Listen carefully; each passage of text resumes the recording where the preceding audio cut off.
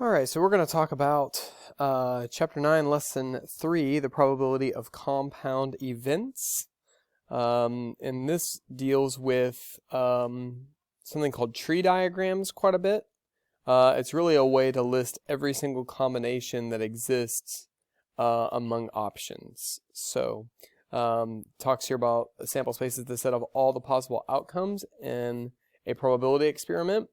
And that can be really hard just to think about what all the combinations are. So to use a tree diagram, you can kind of list those, and you'll see that very soon.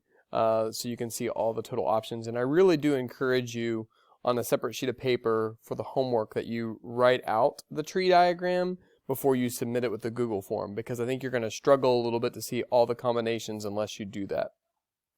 So a compound event is when it consists of two or more simple events together. We want more than one thing happening. So in this first example, if you look, if you go to Subway or another place and there's different options of sandwiches, you have different bread choices and different meat choices. Now, obviously, we can make this more complex with different veggies that we could put on the sandwich or different cheeses, whether we want it toasted or not.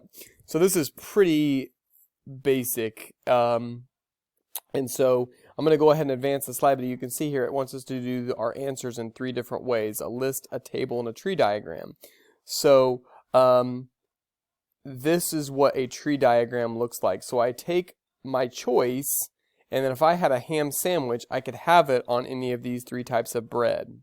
And then if I had a turkey sandwich, I could also have it on the three choices. So then what I can do is I can put together what's at the top of the tree diagram with the choice at the bottom of the tree diagram, and then I begin to see all my choices. So there's not just three choices here. There's not just two choices here.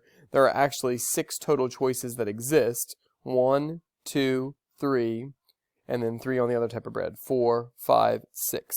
So there's 6 total outcomes, but that's much easier to see if you write them all out with the tree diagram instead of just saying, there's 2 here, there's 3 here, so there's 5. Maybe some of you are even kind of seeing that there is some multiplication that's happening between the 2 and the 3 choices to give us that 6 total outcomes. But what you're going to have to do on the assignment is you're going to have to identify all the proper combinations. And they might be abbreviated a little bit. We might just use H and R instead of writing out ham and rye bread or ham and sourdough or whatever. But that's why we use that tree diagram to show that. So this is almost like the list here, and we already really have a table. So the second example, the animal shelter has both male and female Labrador retrievers in yellow, brown, and black. So there's 2 choices. They could either be boy or girl, and then there's 3 colors that they come in. So it's kind of a very similar example to what we just saw, where there were 2 choices of meats and 3 different types of bread.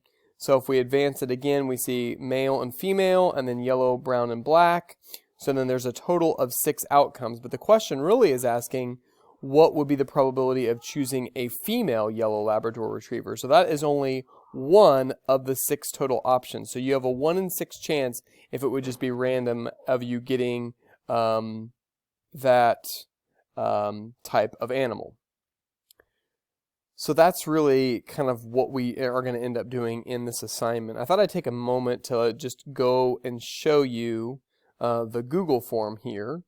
So if I can bring that up, that's not it. All right, exit out of this. And here we go. All right, so this is what the Google form looks like. So here in the first one, we have a spinner, and there are 3 options in the spinner, and then your choices are all listed here. So, and it says use a tree diagram. Well, I don't give you the picture of that. You've got to figure out which one it is. So if there are 3 options here, and we think about all the different combinations that can happen when we spin the spinner twice, so how would we do this? Well, on your first spin, you could have, A with A. So first spin would be an A, the second spin would be an A, but then the first spin could be an A, the second spin could be a B, first spin could be an A, second spin could be a C. So with a tree diagram here, it might be, I'm trying to think of how I would set this up.